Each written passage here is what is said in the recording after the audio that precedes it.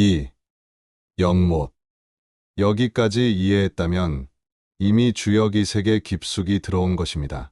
자, 그럼 8궤 각각의 구체적인 의미를 알아봅시다. 택부터 시작해 볼까요? 택은 태이고 연못 택으로 부른다고 했습니다. 하지만 택은 연못이 아니라 연못 같은 것이라고 했죠. 여러분도 지금 택 속에 들어 있습니다. 왜냐고요? 택은 포용하고 담는 그릇입니다. 여러분은 이 유튜브라는 공간에 담겨져 있어요. 그러니 여러분이 들어와 있는 이 공간은 택이라고 할 수 있죠. 택의 구조를 한번 보세요. 양 두 개가 하나에 눌려 갇혀 있어요. 달리 말하면 양 두 개가 하나 속에 담겨 있는 것이지요. 방은 사람을 담아 놓는 공간이고 연못은 물을 담아 놓는 공간입니다. 그릇과 같은 뜻이지요. 담아 놓는 공간의 대표적인 것이 연못이죠. 그래서 택을 옛 성현들은 연못이라 불렀습니다. 그럼 인간이란 존재는 8궤 중 어디에 속할까요? 택입니다. 8궤의 성질을 모두 가진 것이 자연이요, 우주요, 인간이겠지만 좁은 의미로서 인간은 혼과 사상, 물질들을 담고 있으므로 그릇이라고 볼 수 있어요. 그릇처럼 담아서 저장할 수 있는 궤가 바로 택궤이기 때문입니다. 가만히 고여 있다는 것. 그것은 고요함과 평화로움, 정착을 의미하고 나아가 깊은 곳을 의미하기도 합니다. 연못의 장소로 말하자면 깊은 산중이나 막힌 곳이 되겠죠. 그러므로 숨기에는 좋은 곳이나 소통이 안 되므로 묘자리나 군사작전상의 진지로는 좋지 않습니다. 벌써 주역의 응용이 시작됩니다. 택은 막힌 곳이므로 쉬는 곳이지 활발히 움직이는 곳이 아닙니다. 연못은 한정된 어떤 것이 고여있는 형상입니다. 연못 같은 성질로 분류될 수 있는 것들을 쭉 한번 찾아볼까요? 예를 들면 돈이 든 통장, 주머니, 가방, 요새가 모두 택이에요. 이것들은 모두 무언가를 품고 있거나 품을 수 있는 여지를 가지고 있죠.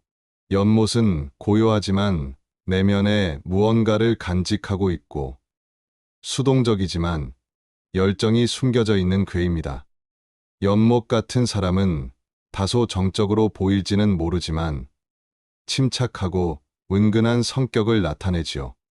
기발한 창작성은 좀 떨어질진 모르지만 실천력에 있어선 누구보다 주어진 일에 성실함으로 현대 사회에서 어쩌면 꼭 필요한 다수일지도 모릅니다. 연못 같은 성격의 사람이 있습니다. 침착하고 안정적이겠지요. 운명에 비유하자면 판에 박힌 사람, 직장인, 착실한 사람, 가정적인 사람이겠지요. 3. 바람. 풍은 바람을 뜻하는 손괴이고 바람풍이라 있지요. 택이 포용이고 정착이라면 풍은 그 반대의 성향을 띠고 있습니다. 풍의 모양을 보세요. 양 두 개가 이미 한 개로부터 탈출해서 자유롭게 떠돌고 있어요. 거칠 것이 없는 것이지요. 인간의 성격으로 말하면 자유분방하고 탁 트인 사람이겠지요. 그러나 안정성이 문제입니다. 풍파가 많은 인생, 자유 직업을 가진 사람 등의 모습입니다. 바람이라는 것은 한 지점에서 다른 지점으로 이동해 가는 것으로서 상호 소통의 의미가 있어요. 또한 서로 뚫어져 있어 막힘없이 소통이 됨으로써 변화를 몰고 오지요. 어떤 곳에 고립되어 있다가 탈출한 상태도 풍의 상태라 할 수 있어요. 좀 더 의미를 확대해 보자면 바람은 자유로 이동하여 주변과 소통하고 새로운 것들을 접함으로 새로운 소식을 의미하기도 합니다. 전선에 전기가 흐르고 도로에 차들이 자유롭게 오가고 새로운 소식이 오는 것이 다 풍이지요.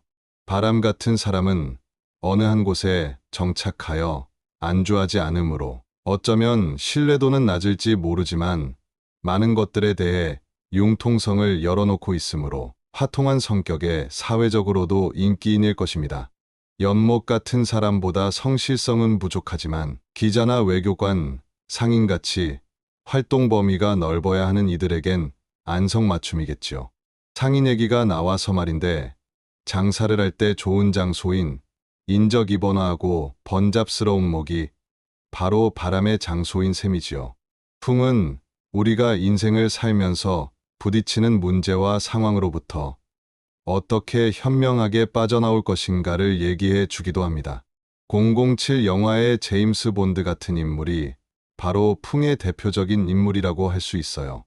4. 산. 세상에 새로움의 이득이 있다면 지킴의 이득도 있습니다. 지키고 고정하고 정지하는 것을 의미하는 것이 바로 산입니다.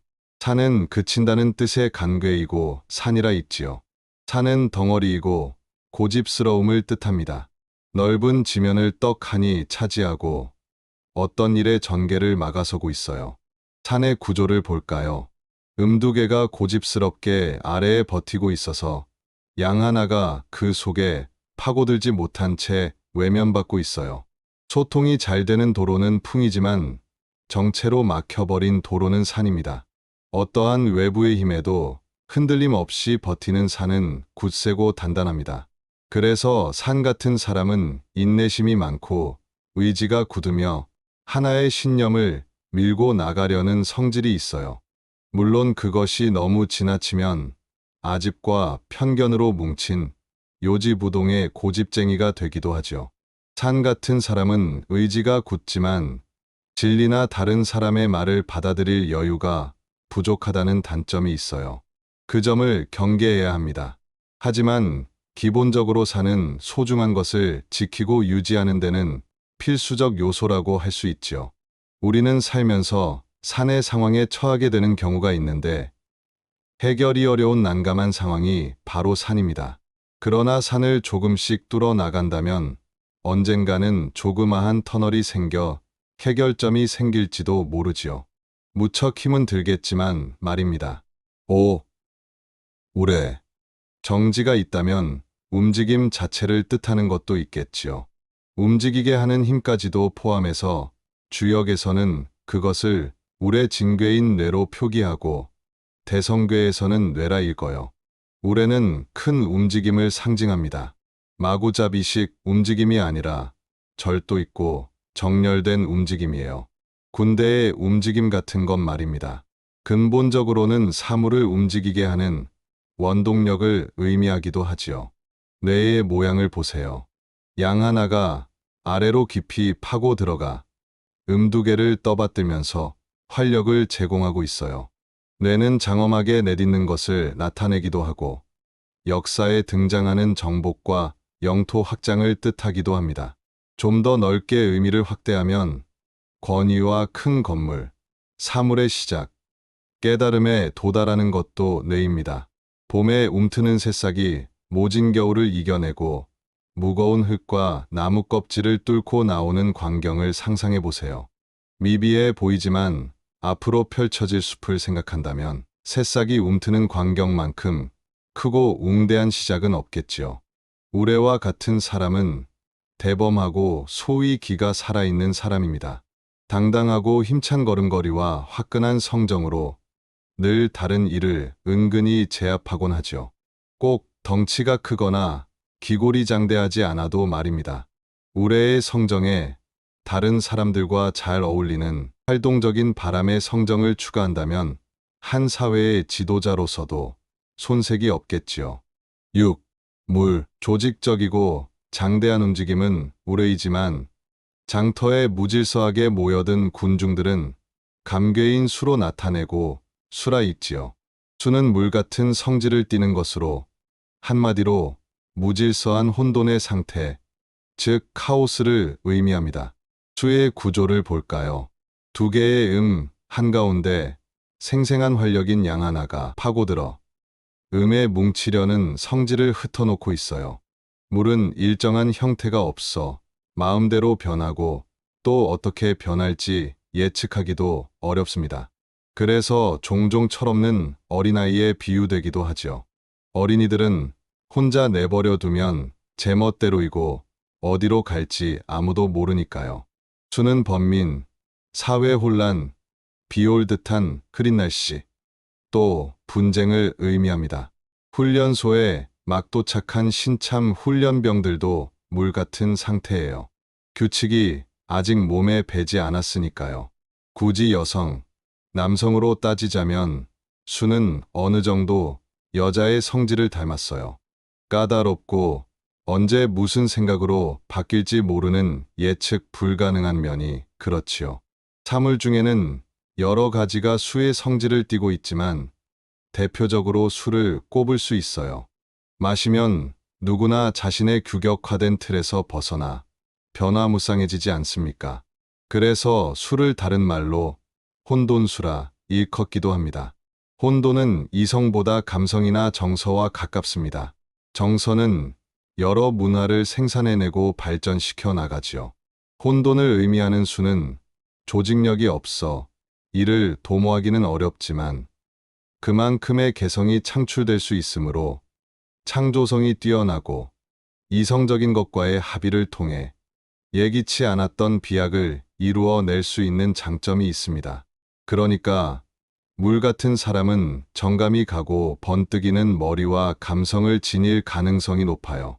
독단과 독선으로 흐르기 쉬운 개성을 잘만 조절한다면 더할 나위가 없겠지요. 7. 불.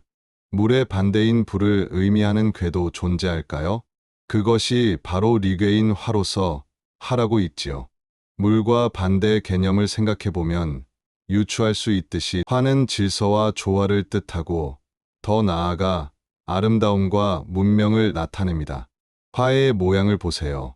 양 두 개의 한가운데 음이 파고들어 양쪽의 양을 하나의 덩어리로 붙들어 매고 있어요. 자칫 흩어지기 쉬운 양의 기운을 적절히 통제하고 있는 모습이지요. 불꽃을 잘 살펴보면 가장 내부의 것이 타들어가 소멸하면서 바깥으로 화려한 빛과 열을 방출시킵니다. 마치 잘 짜여진 질서와 조화 뒤에 감춰진 가혹한 희생처럼 말입니다. 전체의 조화를 위해선 각자의 개성을 조금은 접어둬야 하는 난제가 있지만 강제적인 압박과 통제를 뜻하는 것은 아닙니다. 화는 상당한 자유와 개성을 보장하고 있으므로 다수의 조화라는 관점에서 보면 미학적으로 그리 나쁘진 않아요. 화는 궤의 내부가 음으로 되어 있고 그 음이 위, 아래 양을 끌고 잡아당겨 뭉치게 하는 구조를 갖고 있어요. 연결이라고 하는 것은 저마다 튀어나가려고 하는 것들을 서로 결속시키는 것이죠. 비록 강제성을 띤 강력한 연결은 아니지만 서로 간의 교류가 가능하게 하고 이웃하게 만듭니다. 그러는 과정에서 하나 둘 사람이 모여들고 문명도 생겨나는 것이지요.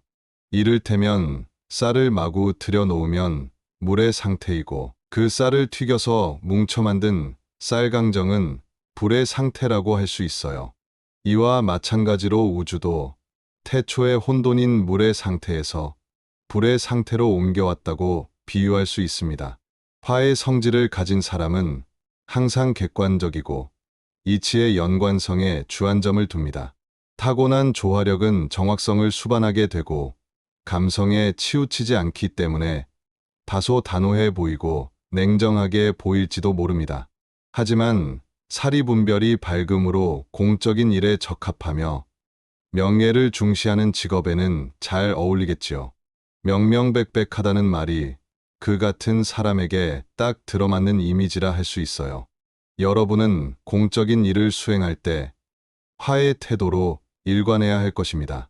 여러 사람이 연관되어 있는 중대 사안을 처리할 때 한 개인의 개성을 지나치게 강조하거나 자유스러움을 중시하면 큰 해악을 끼칠 수 있어요.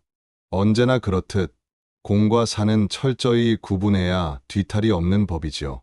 이러한 도리를 잘 나타내고 있는 것이 바로 화입니다. 8. 하늘.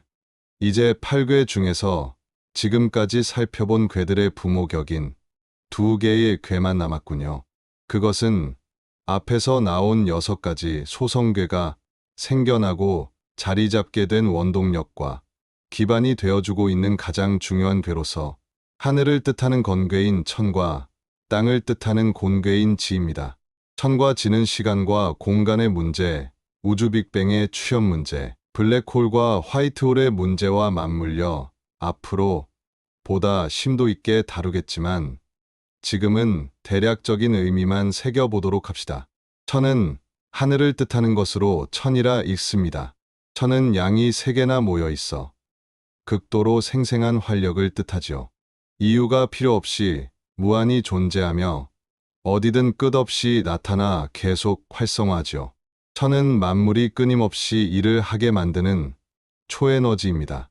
무한히 팽창하는 공간의 한계를 아랑곳하지 않고 꽉 차 있는 부풀린 풍선이라고 할 수 있겠군요. 아무리 팽창해도 안은 계속 채워지는 무한대의 풍선 말입니다. 천의 성질은 굳건하고 환합니다. 한낮에 내리비치는 눈부신 햇빛이에요. 특히 한 점의 구름에 의해서도 가려지지 않은 상태에 그야말로 찬란한 빛이지요. 하늘 같은 사람은 그래서 지칠 줄 모르고 쉬지 않으며 기운이 넘쳐납니다. 노인보다는 어린이, 여자보다는 남자가 보편적으로 하늘의 성질이 강해요. 군대의 충천한 사기도 천의 성질을 띠고 있어요. 천은 생기를 의미합니다. 신선이 돌을 닦는 것도 양생, 즉 생기를 축적하기 위한 것이고 생물이 살아갈 수 있는 것도 생기 때문입니다. 하늘은 우리에게 생기를 주어 더욱 빛나게 하므로 각자 하늘의 돌을 충실히 닦아 에너지 축적을 게을리해서는 안 될 것입니다. 9. 땅. 한없이 팽창하기만 하는 천을 잠시 동안이지만 붙들어 매면서 상보적 역할을 하는 것이 바로 곤괴인 지의 역할입니다. 지는 모든 것을 끌어당겨 붙잡아 두려는 성질을 가지고 있어요. 밖으로 뻗쳐나가는 것들에 대한 견제인 셈이지요. 따지고 보면 우리 몸의 부피도 안팎의 압력이 균형을 이루고 있기 때문에 현재의 상태를 유지하고 있는 것입니다. 사회의 수많은 조직과 상황도 마찬가지로 팽창과 견제의 싸움터라고 볼 수 있죠. 세력의 크기에 따라 밀고 밀리면서 적정선을 유지하고 있는 것입니다. 지는 음세계로만 이루어진 극도의 음이므로 안정의 극대화를 지향합니다. 지가 극도의 안정을 고집하는 이유는 양에 대한 견제도 있겠지만 어쩌면 양에 대한 극도의 보호 본능도 내포하고 있을 것입니다. 어미가 새끼의 행동을 제한하고 구속하는 것도 사실은 그 새끼의 안전을 위한 보호 본능에서 비롯된 것이니까요. 흔히 사랑이 지나치면 구속이 된다고 연인을 보호하기 위해 점점 더 그 연인을 올가매게 되는 경우도 마찬가지겠지요. 적당한 선을 찾아야 하는 것이 문제이긴 하지만 모든 일에서 견제는 기본적으로 유익함을 가져다 줍니다. 지의 덕목은 고요함인데 확장시키면 죽음과도 연결시킬 수 있어요.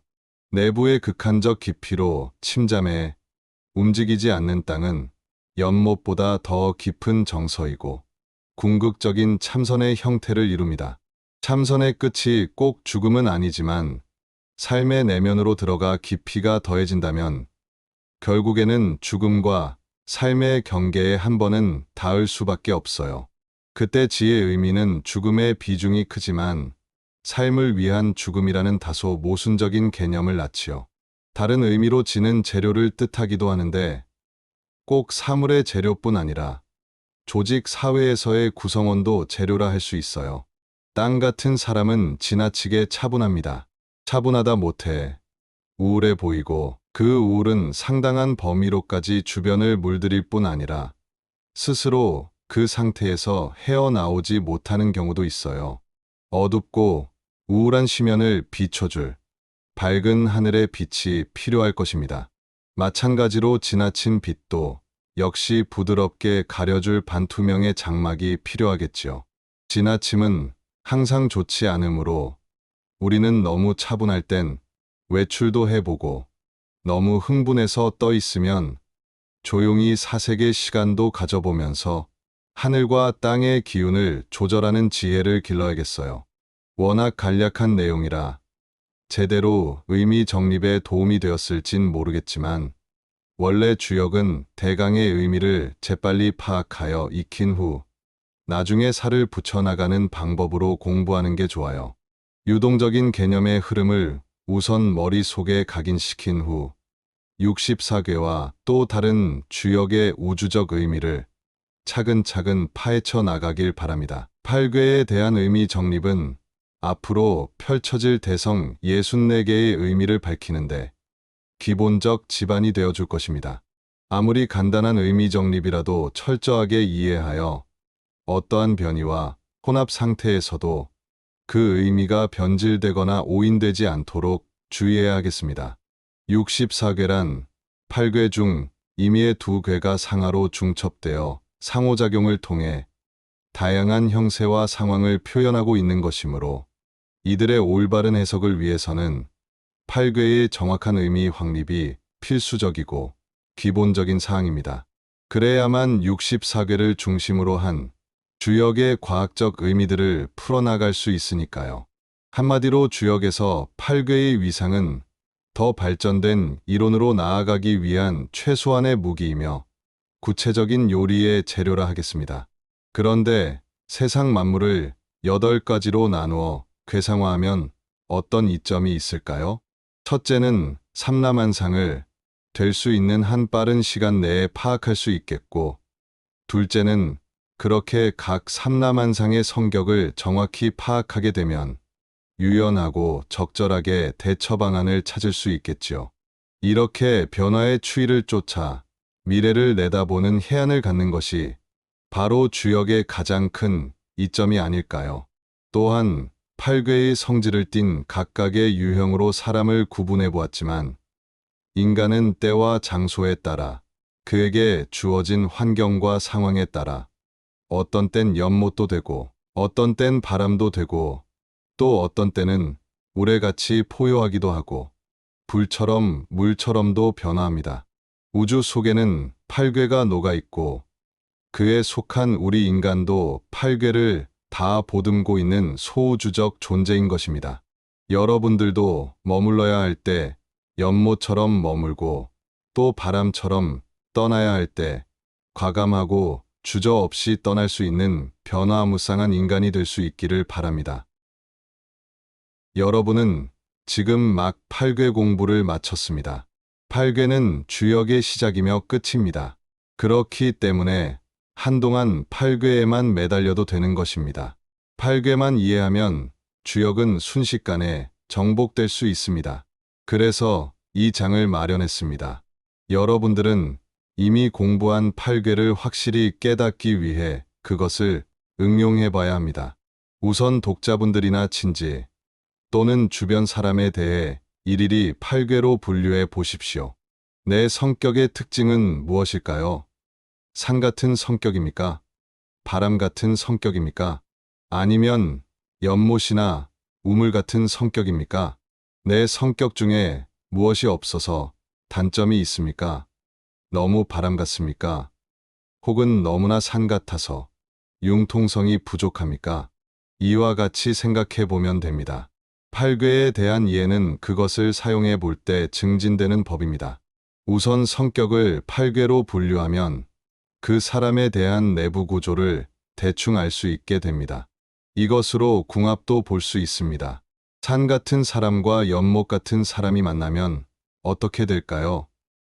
산에 연못이 있으면 어떻습니까? 8궤를 더 큰 것에 적용시킬 수 있습니다. 우리나라의 국민성은 일본이나 미국인의 성격은 산입니까?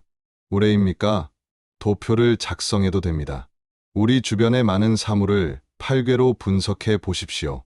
제갈공명은 군대의 움직임을 8궤로 분류하여 병법의 대가가 되었다고 합니다. 아인슈타인은 우주 만물을 8궤에 적용시켜 보았던 것입니다.